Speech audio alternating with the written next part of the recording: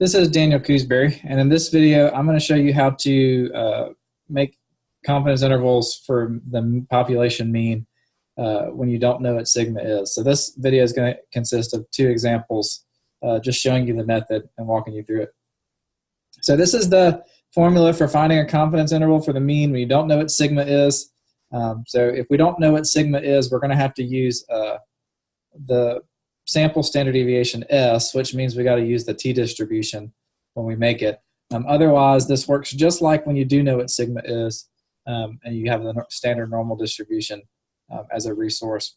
So the process is roughly the same. We just got to use the t-distribution and put in S instead of sigma. So I'll go ahead and get started. A food chemist analyzed the calorie content for a popular type of chocolate cookie. The following are the number of calories in a sample of 8 cookies. So here's 8 cookies. I want to find a 98% confidence interval for the mean number of calories of this type of cookie. So I've got, I want 98% confidence. I have my data here. The first thing I want to do is check my central limit theorem conditions. And my sample size isn't bigger than 30, but if you plot the data on a dot plot, I've got another kind of roughly normal looking thing. So for instance, I've kind of got my high middle here. If you look at just where they are on the number line. Then I've got a few things over here to the right and a few things over here to the left. It's not perfectly symmetric. It's not perfectly normal, but hardly anything is.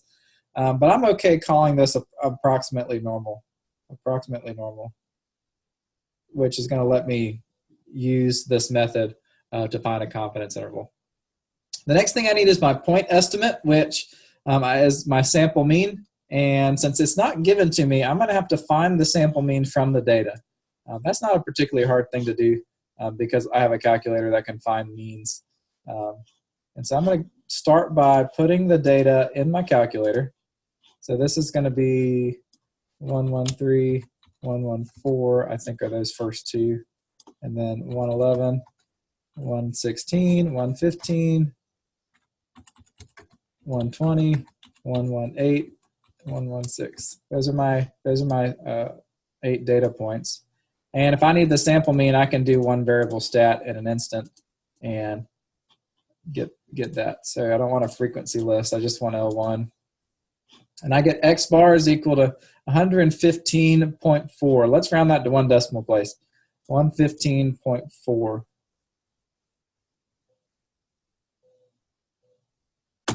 And that's that. So there's my point estimate.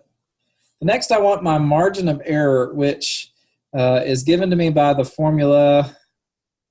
I'll write it over here. E is equal to T sub alpha over 2 times S over square root of N. So I need to get those things. The easiest thing to get is N. N is equal to 8. S I can get from my calculator because I just stuck the data in there. Did one variable stat. So my sample standard deviation is given right there, the SX, and that's going to be 2.83. Let's round that 2.83. So S is equal to 2.83. So I'm using S instead of sigma because I don't know what sigma is. So this is what I'm estimating with. And then for T sub alpha over 2, I need to use my t-distribution. So let's start by pointing out that my confidence level is equal to 0.98. which means that alpha is equal to 0.02.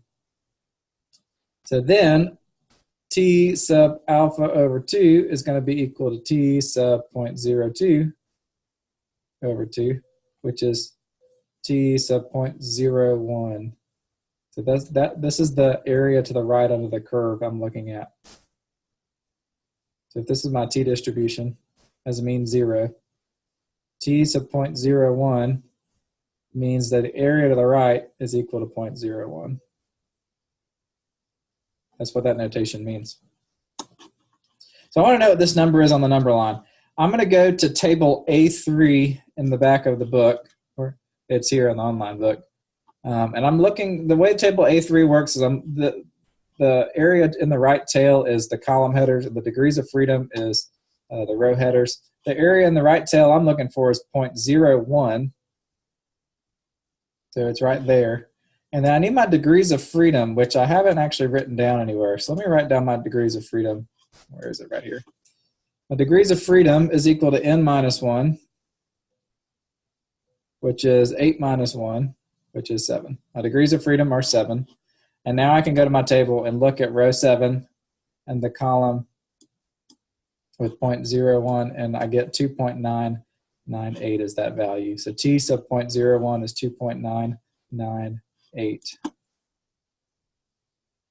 This is 2.998. So now I can fill out this thing. So this is 2.998 times 2.83 over the square root of n, which is 8. Degrees of freedom is 7, n is 8. And I'll do all that in the calculator. So I'll do 2.998 times 2.83 divided by the square root of 8. I get 2.99999. Are you okay rounding that up to 3? I think just about any way you round it, it's going to round up to 3. So let's round this to 3.00. Let's round it up to 3. That's my margin of error. That's nice. So I had x bar was equal to, I need to go get that from that last slide, is 115.4. My margin of error is equal to 3. So then my confidence interval is going to be x bar minus the margin of error, and then x bar plus the margin of error,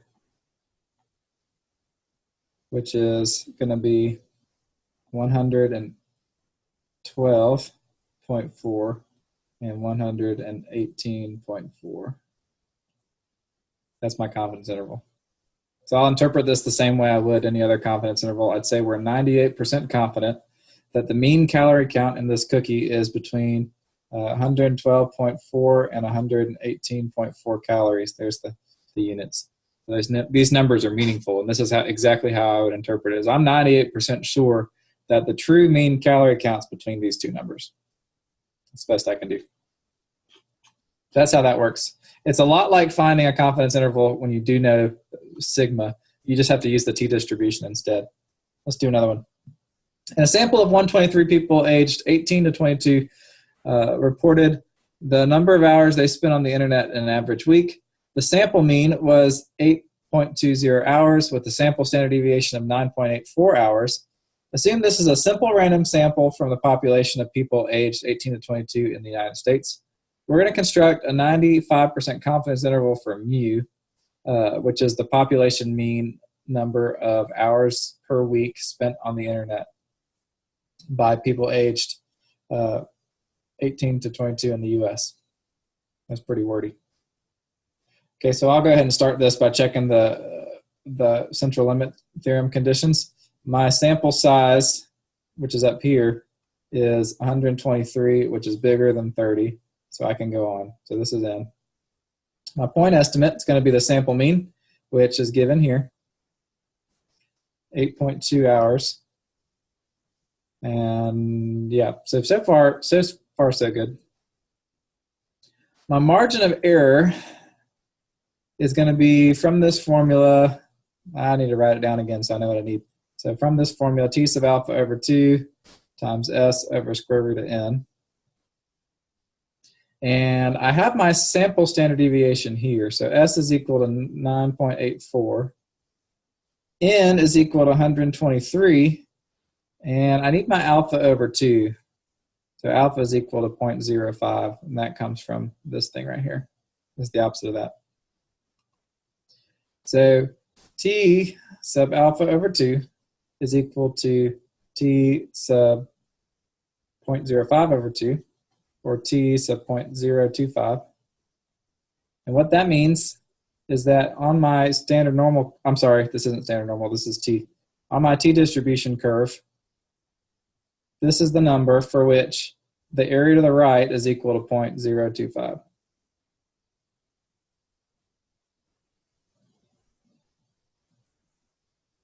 So now I'm going to go over to my chart and find, oh, the area in the right tail is 0.025. There it is. Now I need to go find my degrees of freedom, which is 122, I believe. Let me double check. It's not there. My degrees of freedom are going to be n minus 1, which is 123 people. So my degrees of freedom is going to be 122. And let me show you kind of what happens here. So degrees of freedom is 122, sorry, n minus 1. Once you get to this table, once you get a big enough sample, the degrees of freedom don't seem to matter as much, because once your sample gets big enough, notice that the t-value for degrees of freedom of 100 and the t-value for degrees of freedom of 200 are virtually the same thing. Like, these are very, very close together. These are a little further apart, but for the most part, they're the same. So what we're going to do is we're going to pick the one that's closer to 122, which is this one right here. So I need this row, and I need the 0.025 column, which is this one. And I'll pick out the number 1.984 as my critical value.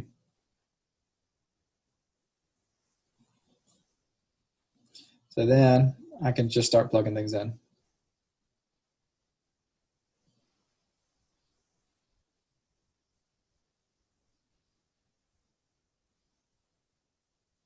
Try not to get the degrees of freedom confused with what goes here. This is n minus 1. I think it's a little confusing. So once you get those numbers in the formula, you can do all this in your calculator. This is 1.984 times 9.84 divided by the square root of 123, which is 1.76.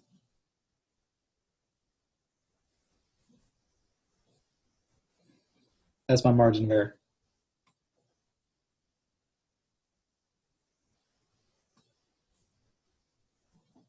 My point estimate was x bar, which is 9. Nope, I'm sorry, that's 8.2. So my confidence interval is going to be 8.2 plus or minus this. So one way to write this would be 8.2 plus or minus 1.76. So this is a perfectly fine way of writing the confidence interval. Some people like to write it this way so you can see the two things. I like to write it where you actually see the two numbers. So I'm going to get those numbers. 8.2 minus 1.76 and 8.2 plus 1.76. And I get those two values, so 6.44 and 9.96.